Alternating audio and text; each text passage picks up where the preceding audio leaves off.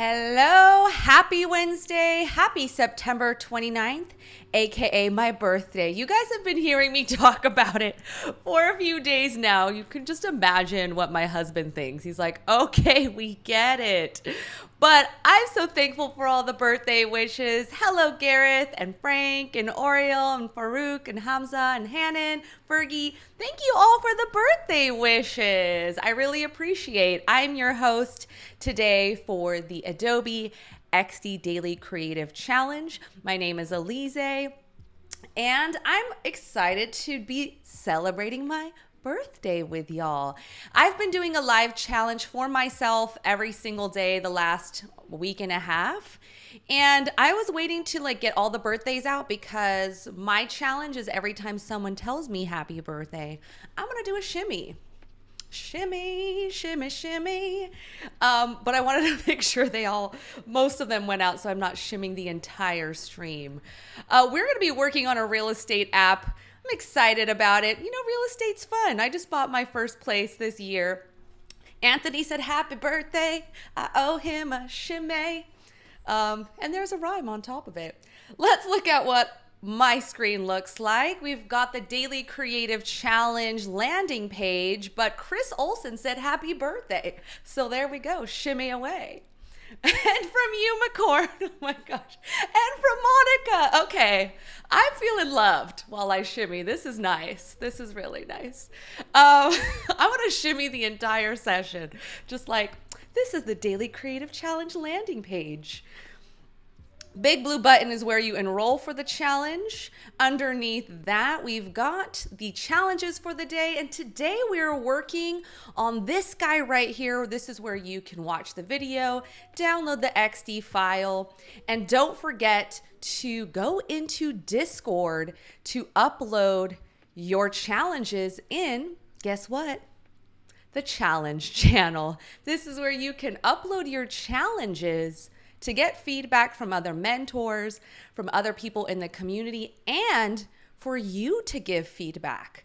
You can learn by looking at other people's designs and giving them feedback as well. Let's look at some designs from yesterday. We were working on the AR experience, the travel AR experience. Here we've got one from Annie Yang. Ooh, I like that it's also creepy. Mine was creepy yesterday. I'm liking the creepy vibes here. Oh, okay. Love it. The masked killer's over here. Ooh, is this this looks like what are those called? Escape room. Oh, it is an escape room. Okay. I missed that. Laura says, happy birthday. I owe her a happy birthday. Shim, shimmy, shims. Shimmy. Birthday shim. And we have another one here from Zihra, a travel AR experience. Ooh, beautiful designs. Loving it. Let's look at the video. Oh, ooh, okay. Ooh, little animations. Little design. Ooh, this is looking super fly. Great work. Let's look at some more. This one's really fun. Here we have another one from Pei. Let's look at the video. Oh, are we in Tokyo or China? Some searching. Nice animations here. Oh, you can choose. All of these designs are doing such a great job of following those best practices that I talked about with the AR experience. But first, Hamza said happy birthday, and I owe them a shimmy, birthday shimmy.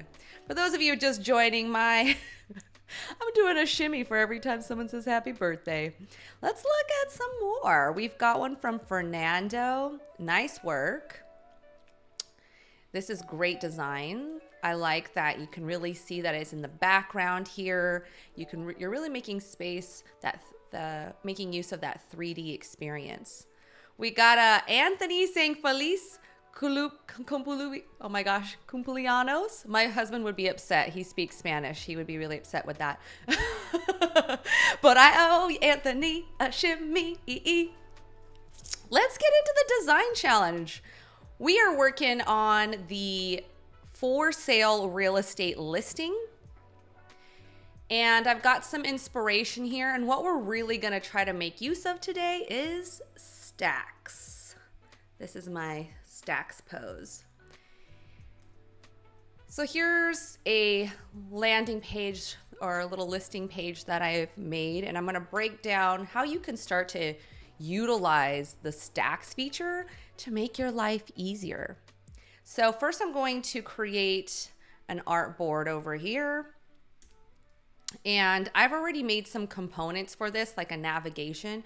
You don't need to watch me make a navigation. Like that's, you know, it's a rectangle. It's got some text and an image.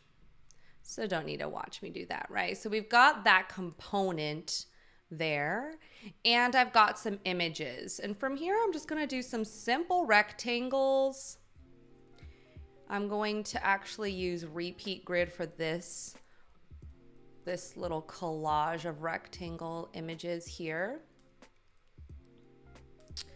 And yeah, that looks pretty good here. From here, I'm going to actually go into my plugins.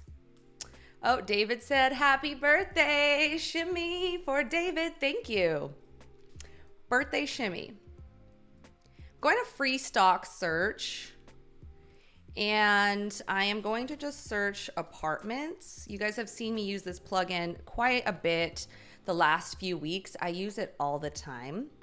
And I'm just selecting all the rectangles that I want filled, and I'm going to apply those images.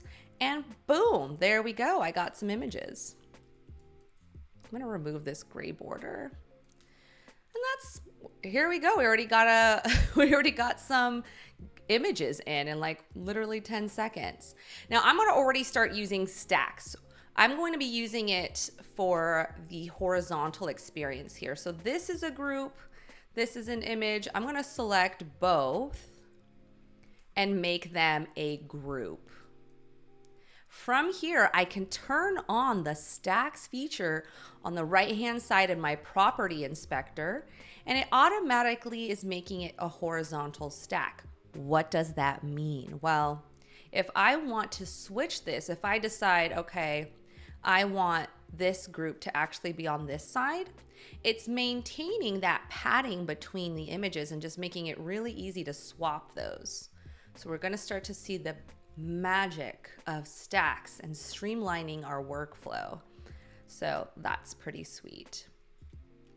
So from here, I'm going to like apply just some more visual elements that I created, like my icons with some information of the kind of like the key information is what I'm adding here. This is probably what someone wants to see right away, like how many bedrooms, how many bathrooms, and they're probably going to also want to see the price right up front and center. Like, how much is this going to cost? Sure, it looks pretty. How much is it? I'm using the text tool, making a rectangle.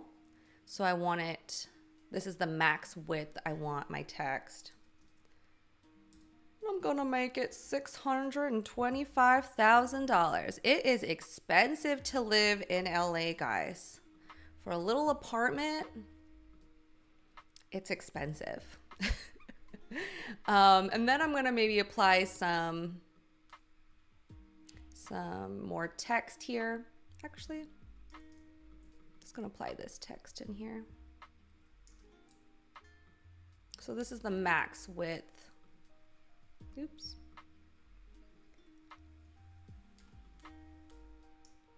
This is the max width I want this section. Cool. And then I can apply the address as well. So from here, I could already, again, if I decide I want to maybe move these around, I could also do the same thing, grabbing these elements, making them a group, turning on, guess what? stacks. And this time it's vertical. So if I decide, okay, I want to change that around, again, it's maintaining that padding, but I could also change the padding if I wanted to. This maybe I would make. So if I decide, okay, do I want the address above or do I want the text above, or kind of what order makes sense to me? So once I've designed it, I can like turn on stacks and just rearrange pieces like that.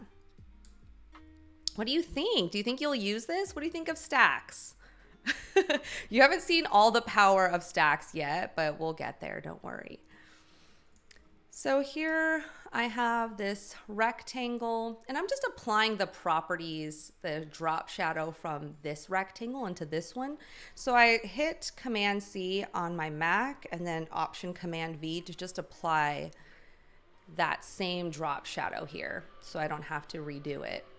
That's kind of like a little trick, a little tip that could help you. And here I've got some text. I might just place in an icon, some text. Maybe this says heating. Make that body copy. I'm just gonna grab these two elements and turn on repeat grid, and I'm just gonna repeat this same thing over and over. For now, you guys can do what feels good to you for, you know, if you wanna include an amenities section in your real estate page. And then I'm gonna take all of these elements and I'm gonna make them a group. From here, I am going to just make another copy of this, and I'll just change out the text. Here I'm gonna put in schedule a tour. But I wanna get rid of this guy, and instead I am going to bring in this calendar view, and I'm gonna turn on repeat grid here. And then I can change out all the text later if I want. But the other cool thing is I can start to apply the scroll groups here. So if I apply scroll groups, I can set where the width is for it. And then if my repeat grid continues to go, when I play my prototype, I can actually use scroll groups within this section so someone can find a date that works for them. So we're starting to add on to the other features we've learned earlier in the week. Now, I am not good at making graphs. I am terrible at the pen tool. Don't ask me to make a logo or work in Illustrator. I won't. I'm not good at it.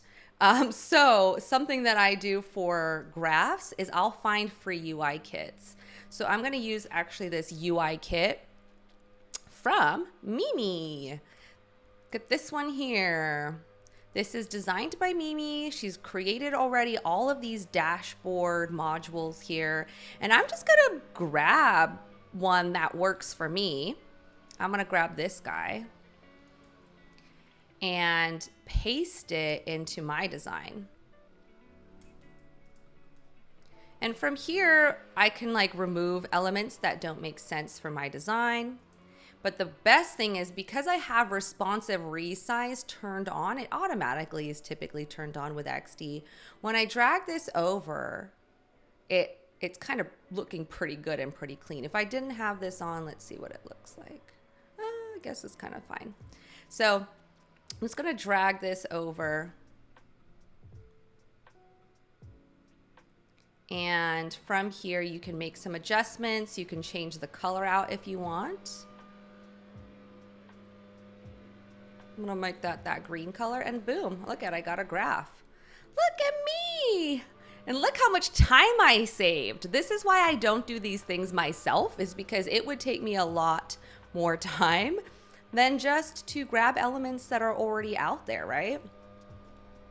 And then from here, I'm just gonna place in my map and place in my footer. I've already created the footer as well. All right, let's show the power of stacks. So let's say I have all of these elements and these groups on my page, But with something like a landing page, an email page, anything that's quite lengthy, you may want to change the spacing. You want to potentially move things around. And I'll also show you how this works when you get into mobile as well, when you go into responsive design. So I'm going to grab all of these elements and make them into a group. From here, I'm going to turn on stacks, horizontal. And what does this allow me to do? Well, I can go ahead and switch things around as I'm working on it. I can delete something and it's still maintaining that spacing if I want. I can also, if I decide, oh, I forgot to add one thing into here, make sure I'm inside the group. Oops. I have to make sure I'm inside this main group. And then I can, let's see, add something like this. And again, it's just maintaining that padding and the spacing. This is making my life as a designer that much easier. Much more easier. Ooh, what happened here? Little spacing issue. There we go. So I just need to make sure that the spacing looks good between all of my elements. So I'm doing them in a few ways. One is within the landing page. You can see I'm hovering over the space area between the groups, but you can also make those adjustments here in your property inspector as well. All right, let's start to get into responsive and see how we can apply this. This is for extra credit. Those of you who are feeling really comfortable making this type of page, you got time, make it responsive. So I'm going to take this same group or the same artboard, making a copy of it. I'm going to make sure responsive resize is turned on. And from there, I can start to make those adjustments to my artboard to whatever size I want to make it. So let's say it's like around, 4 something for your standard mobile screen size. You can play around with that, but you can see that it looks a little wonky right now. But if I grab these groups, I can move them to the side. I can drag them out. And you can play around with this, but a lot of this is already kind of looking pretty decent. I can just move a few pieces to make it feel better. I can also do some changing of spacing like so. I can change the spacing between my elements as well on mobile. And then here I had a horizontal stack, but I'm actually going to make this a vertical stack so that these can just be now stacked on top of each other. The cool thing here as well is if I have, let me just make my artboard longer. If I have this component, you see how the navigation didn't really work so well? I'll probably would already have within my document assets a component for mobile. So I can just drag in and replace it. Oops. Oh, I accidentally made my mobile a little too long. Something like that, and it can just automatically replace it too. Because I have stacks, again, it's just maintaining that padding between this element and the navigation. Now some things, it's like, move these pieces about. But I mean, what do you think? Like, this honestly took me a few minutes to make it look pretty decent for mobile from desktop, versus if I were to do this without using stacks and responsive resize, it would take me at least, 10 times, 20 times the amount of time. So it's a good practice to start to get comfortable moving more quickly in your workflow. This is what's really going to make you a very desirable person to work with, is if you work smarter and not necessarily harder, right? So that's why we want to utilize these features XD has and start to get even comfortable when we're first learning, because we want to become very efficient designers. Cornell's asking if I can turn them into stacks too. Do you mean this whole footer? If so, something else that you can be using on top of stacks is padding. So I could turn, let's play around with it. We got a couple minutes of time. Let's see. So I'm going to take this footer and I'm just going to put it on its own artboard and play around with it.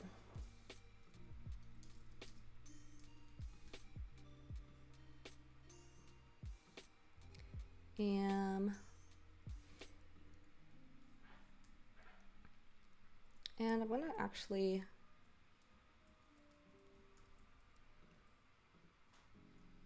let's see what happens when I turn on stacks. These are already a repeat grid, but what happens if I do it?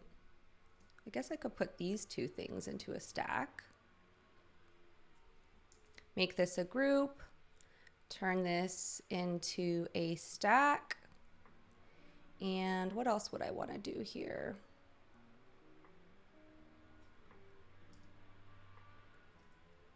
Let's see, when I turn on responsive resize, let's make this 500. Oh, you know, one thing that I should do is turn on padding as well. So here's my group. I have stacks turned on.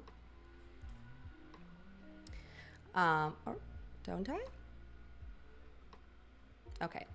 And from here, I also am going to take this group and turn on padding. This is another additional feature, again, if you want to start working on a new feature and learning more about that. It's just maintaining the padding between these different elements and inside the background layer. So let's see how this works.